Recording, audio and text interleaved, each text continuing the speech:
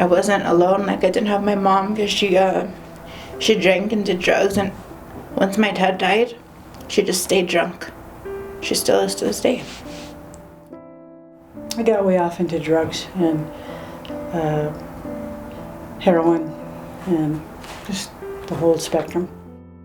I ended up trying to commit suicide several times in my life because of the abuse I was enduring, and I ended up moving out at the age of 14 and living on my own since.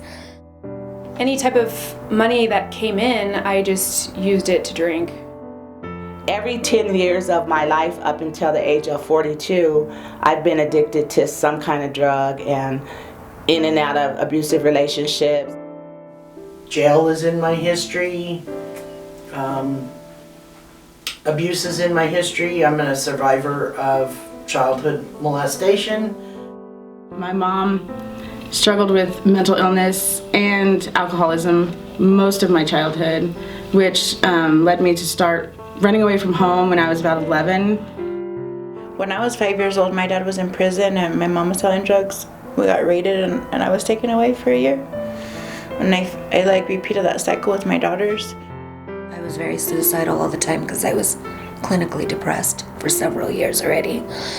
Just the drugs and the violence has totally surrounded my life. And I had a very bad domestic violence. The person put me in the hospital, sexually abused me, basically kidnapped me too. I had another baby and she died. I was living a lot on the street. the gun went off and I got shot. Started into prostitution. I almost overdosed. All I cared about was getting high. Ended up in foster homes, group homes, psychiatric ward. I didn't know any other life. Did not want to live. I got raped a couple of times. The rug was pulled out from underneath my feet. I found myself just being numb to everything. And had lost everything, including my children. Just had drama with me because of my mental health. People in my family, they don't recover. They die.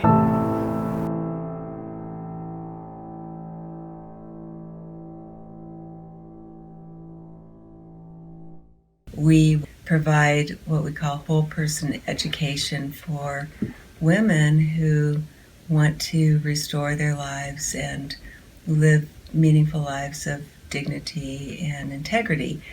And part of what we do is we create a sanctuary environment in the middle of downtown Albuquerque where women can come in and feel safe and do the personal work that they need to do to parent their kids responsibly and get employment or enroll in school.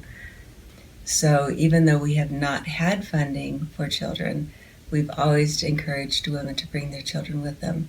And we have a beautiful little child care area complete with cribs and toys, and we have staff members who will babysit while mom goes to groups or gets counseling or meets with her case manager. In my years with Amity and working in Tucson and going out occasionally to California and hearing many, many stories, I think I have heard some of the most devastating experiences of trauma and violence and family violence and historical trauma in this community from the women that we serve. And I'm so inspired by them because they don't have the opportunity that I had to be able to go to a residential community and have that safe capsule to just kind of process. They show up here every day and they do that personal work, and then they're right back out there living life in some very, very precarious situations. Was in this circle with these amazing people. I just felt this sense of like being home. I felt really like at home. And they seemed so much different than any place that I had ever experienced. You know, when I was doing the drug court program and I also had to go to counseling, I felt more like the client you know? And I felt like people there were just doing their jobs and they didn't really care too much, you know, to ask anything that they didn't have to ask. So when I came here and they were telling me how the therapeutic community model works, it kind of like, it made sense. I was thinking, like, why isn't everybody doing this? It just makes sense to do it this way.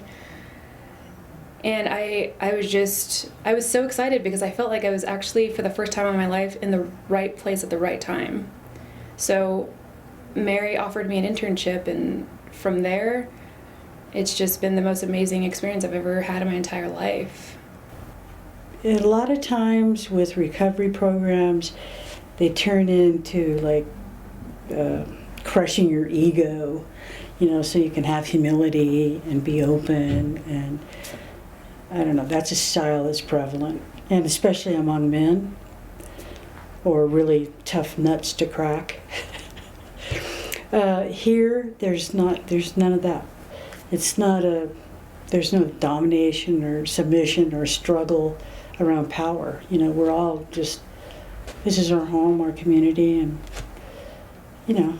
And I had went to a couple different counseling places here in Albuquerque, walked right out of the building and relapsed, like 2 or 3 different places. One day I had a serious conversation with the doctor, and she's like, you know, this is probably your last chance. And so she's like, why don't you give one more place to try? And she's like, I heard there's this place for all women. Only women go there. I came here, and once I walked in, I haven't left. I walked in the doors here, and I was pregnant. I was about 100 pounds lighter than I am now. No one could even tell I was pregnant. I was doing really bad shape. And but the thing is that no one treated me the way I was used to being treated. It was really different, and I was comfortable because a lot of the women here had been in the same situations. They had been to prison, been to jail, been on the street, been everything, and no one was really like, they all just, even though I knew how bad I looked and everything, like, no one treated me that way. And people were genuinely nice to me and cared. Like, in just a few months, they had a baby shower for me here, which was the only baby shower I had. You know, and that meant a lot for me. I don't even think I had ever said that till like a year after he was born, but that was the only baby shower I had. You know, and when I had him, they did open CYFD case on me because of the exposure during pregnancy. And, you know, I called here. I didn't call my mom. I didn't call my sisters. I called over here. And that was the day that somehow Mary answered the phone, you know. And I'll never, ever, ever forget that because I was frantic. I thought, you know, it was all going to happen over again. And the fact that somebody answered and cared and was like, well, come in. And, you know, and I did come in. And we got it figured out. And I got the case closed in like record time. And I brought the baby with me every single day here, all day. Being in a place like this, surrounded by people like Mary or others, and you hear their life stories, allows you to feel safe and comfortable. Many people here, including Mary, know more about me than even my husband. Even a lot of my friends. Or a lot of my family, because I wasn't ready to go there. What keeps on bringing me back is people aren't judgmental. And everybody cares. Everybody worries.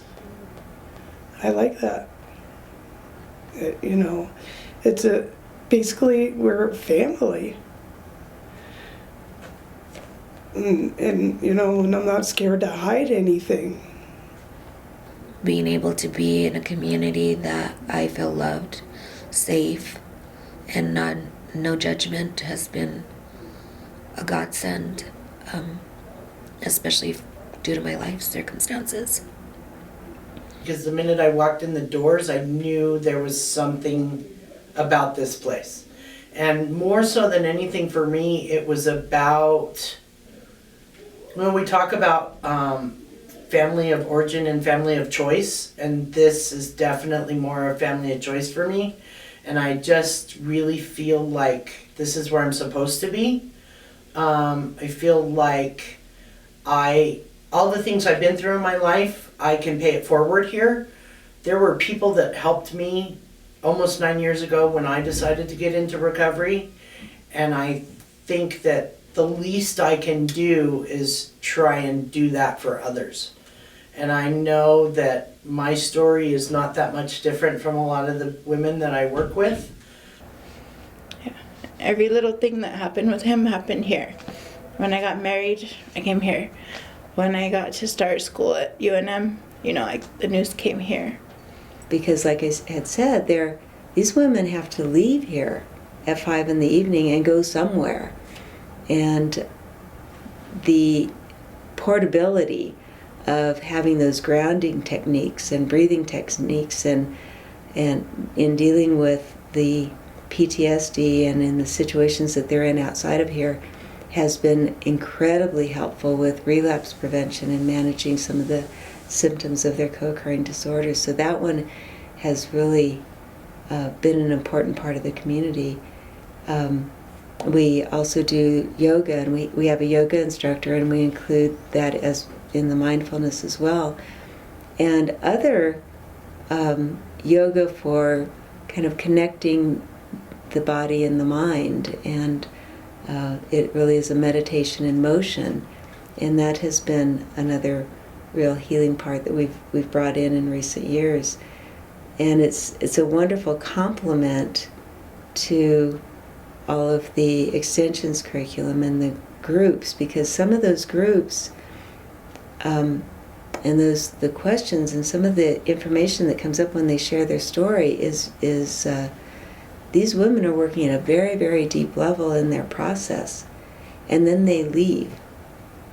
And I have been very, very mindful of wanting to make sure no one leaves here unless they're okay, that they're not going out wide open. And so I think that adding in mindfulness and traditional healing and grounding techniques and yoga and giving them some portable skills to take with them and to really close out our groups, begin and end circles with some breathing spaces and framing groups, and some of those practices are critical here to not only are they important for whole person education, but they're critical for women who have just shared some really deep parts of their story and then they're going home.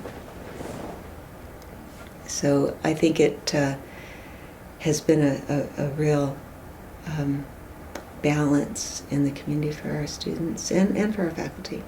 There are a lot of places that talk about holistic treatment and then you kind of look under the hood and it's like, nah, they're not, I think we really have embraced that. And I've known Dr. Jane since my very, very first position with Amity when I was a demonstrator at our Law and Trotter project in Los Lunas.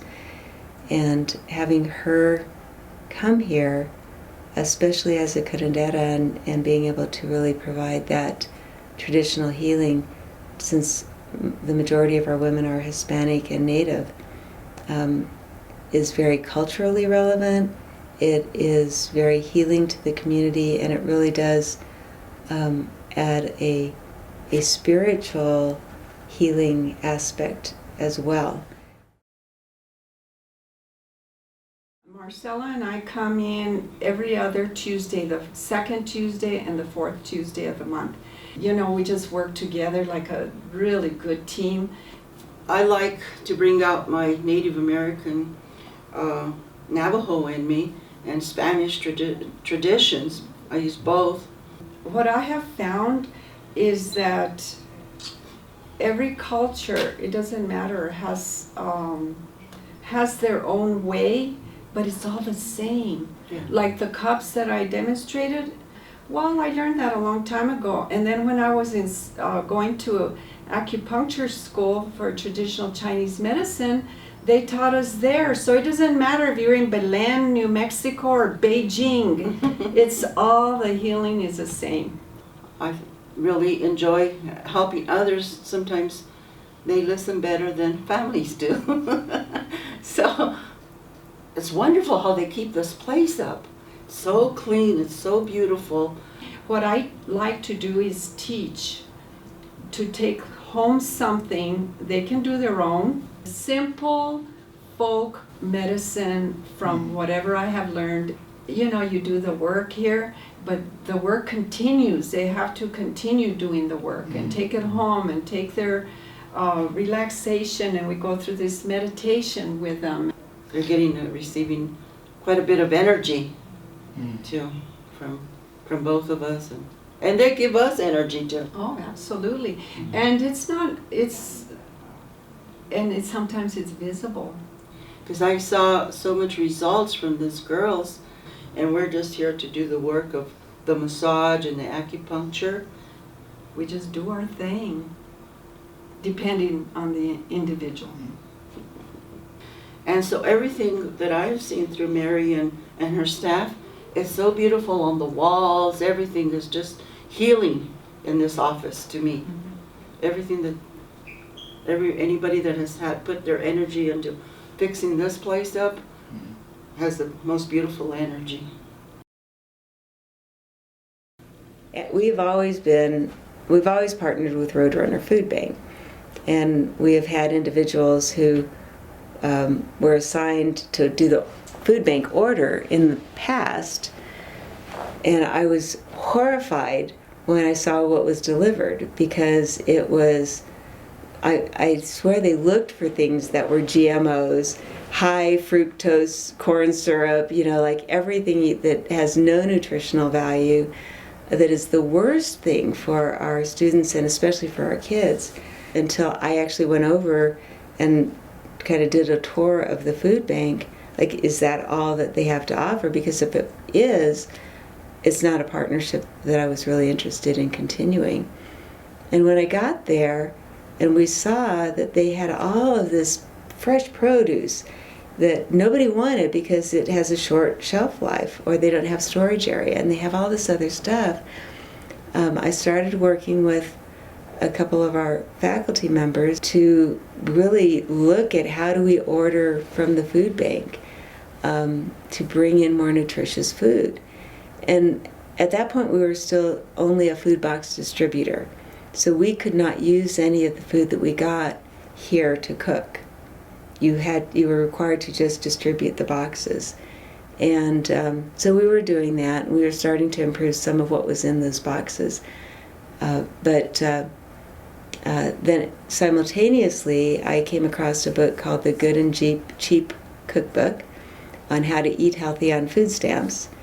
And I didn't have any money, so I wrote the author and asked her if she'd donate about 50 copies, and she did. We've got these big crates of these books that we could, and they're beautiful with great recipes on how you can feed your family on $5 a day or something. And we do it for even less. And we got a lot of ideas for recipes, and so we developed a class on wellness and nutrition.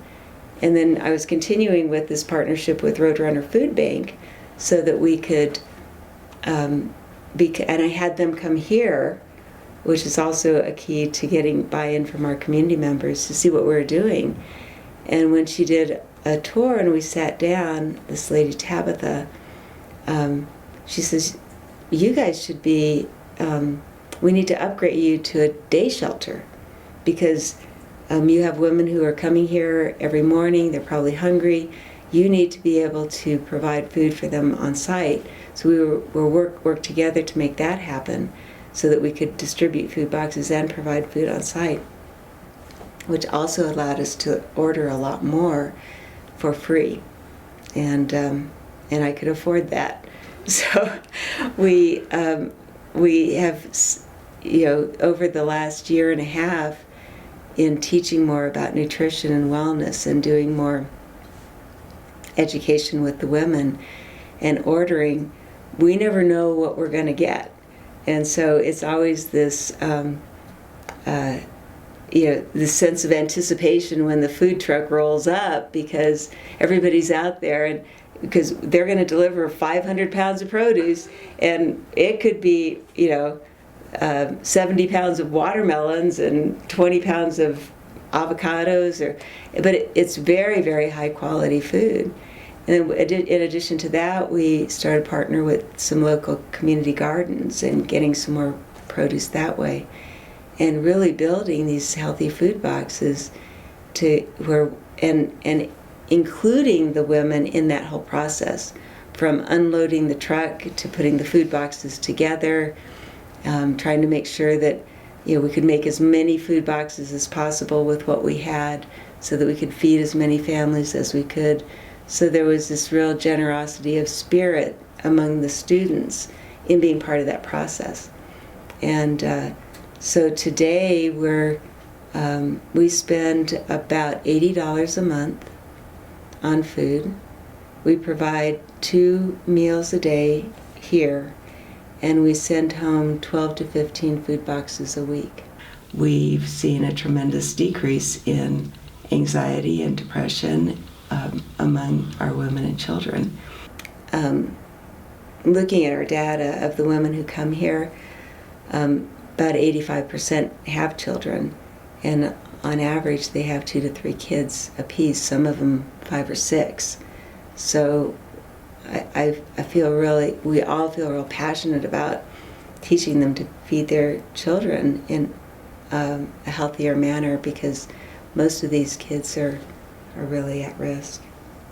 Because I always thought like children's mindfulness, it kind of sounded like an oxymoron almost, because I envisioned children, sitting on a meditation pillow, meditating, and that's not what it is at all.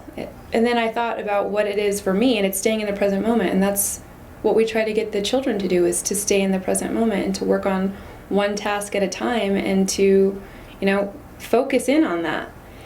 And I was like, this is great. Like, I love that idea, and I love children. I really do. They just light up my life, and I think that working with them is something that's really passionate for me too. So when I had the opportunity, when Mary asked me to do children's mindfulness with her, I was like, yes, I'll do it. I love kids and I love mindfulness. And mindfulness personally for me has always worked. And just being able to watch the children stay in that present moment and to open up about their feelings and to know the difference between what's mindful and what's not mindful. And I thought it was great when Mary asked the children at the beginning of the workshop, like, who knows what mindfulness is? Raise your hand. And the kids kind of looked puzzled, but at the end of the workshop she asked that question again, and all of them were raising their hand like, oh, pick me, like I know what it is. And I just thought that was so fantastic. So fantastic. And just kids light up my life. I love them. So as you know, it's really hard to find a job now without access to a computer. And sometimes a lot of our women are at different levels with their computer literacy. So it's really nice to be able to provide a safe space for them to be okay with whatever level they're at. In addressing that, we ended up with this beautiful computer lab. They're able to practice for the work keys test, which is focused on skills-based hiring instead of a more formal education. Giving them the opportunity to take to skill up to take their work keys assessment is the obvious next step. I think it's awesome because I don't have a computer at my house, so I can always come here and do everything I need. I was able to fill out plenty of applications here, and it's just really helpful. It's really beneficial to my life. There's not a student who walks through here that I couldn't tell you their story, and the faculty as well. And that whole idea of meeting people and bringing that aspect of mindfulness to be fully present with everybody so that they feel valued and cared for and honored and acknowledged, and everything that they would do, no matter how small it might be in that direction that we wanted to go, was very much acknowledged and affirmed. And so that I think everyone began to feel that this wasn't a job, that they had a sense of belonging to the community. I learned so much, and just to be able to be around the women and just to see them have so much motivation. You know, I feel like that's just what feeds my soul, is just to see them be so motivated to get clean and sober and, you know, stay there, you know, be in recovery and actually, you know, want to make changes and not just be here because they have to be here. So I feel free, a lot freer here in these circles. You know, like I would share stuff in the circles that I wouldn't share at an AA meeting, so I enjoy that aspect of it. How wonderful to have this group of brilliant, passionate, intelligent, you know, dynamic, diverse women who want to just absorb everything like a sponge and are really the future of Amity.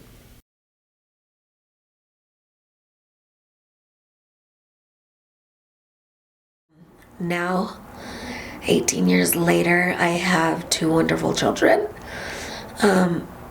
Totally going to break that cycle of addiction, of abuse, of neglect. I try my hardest, even though I know I'm going to make mistakes, and my husband and I are both going to make mistakes. But I do try my hardest to instill the best qualities and the best values and morals in them. I really am serious about being sober and clean. I don't want to go through another domestic abuse ever. And to bring my baby here and have all these other women, you know, support me and show me how to be a mom and a friend, and that made the difference. It's kind of, if somebody believes in you, you can learn how to believe in yourself too. I truly believe that my purpose here on earth is to help people. And it feeds my soul to help people. Off probation, off of all the paper, all the systems, I finally got my whole self and my son out of the systems. And now I can sit on my back porch and listen to the birds and look at my wonderful garden and eat food out of my garden and just be excited about life. I am in the right place. I am right where I'm supposed to be. My daughter's gonna be married next summer. I'm the happiest mom in the world. It's just been the most amazing experience I've ever had in my entire life. And then I take refuge in my communities. And Almas is definitely one of my communities. So I take refuge here. It's where I found my voice, over there. We were on 2nd Street, and that faculty and the women in that building were so warm, I was able to hear my own voice. It was a big achievement for me. I graduated my associates, went for my bachelor's, graduated with that, and then I went for the master's and I finished that. It was a family that I didn't know I needed. I want to go back up there, and I want to, you know, set in place some type of program or something to help with the substance abuse and actually open our tribal members, our tribal council, our president, open their eyes to see that this is what's killing our people. We need to do something about it and not just pretend like it doesn't exist. Definitely know that they're not the only ones that have bad life experiences. Everybody does. But it's what we overcome and what we learn from it and what we take from it and what we give back is what makes the world continue going. There's just so much negative in this world already as it is. And to just help one person and turn their life to seeing it more positive and being able to do whatever they need to do in this world in a positive way and help others is what humanity is about.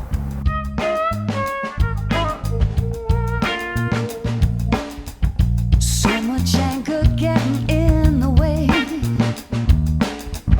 It's interrupting every word I say.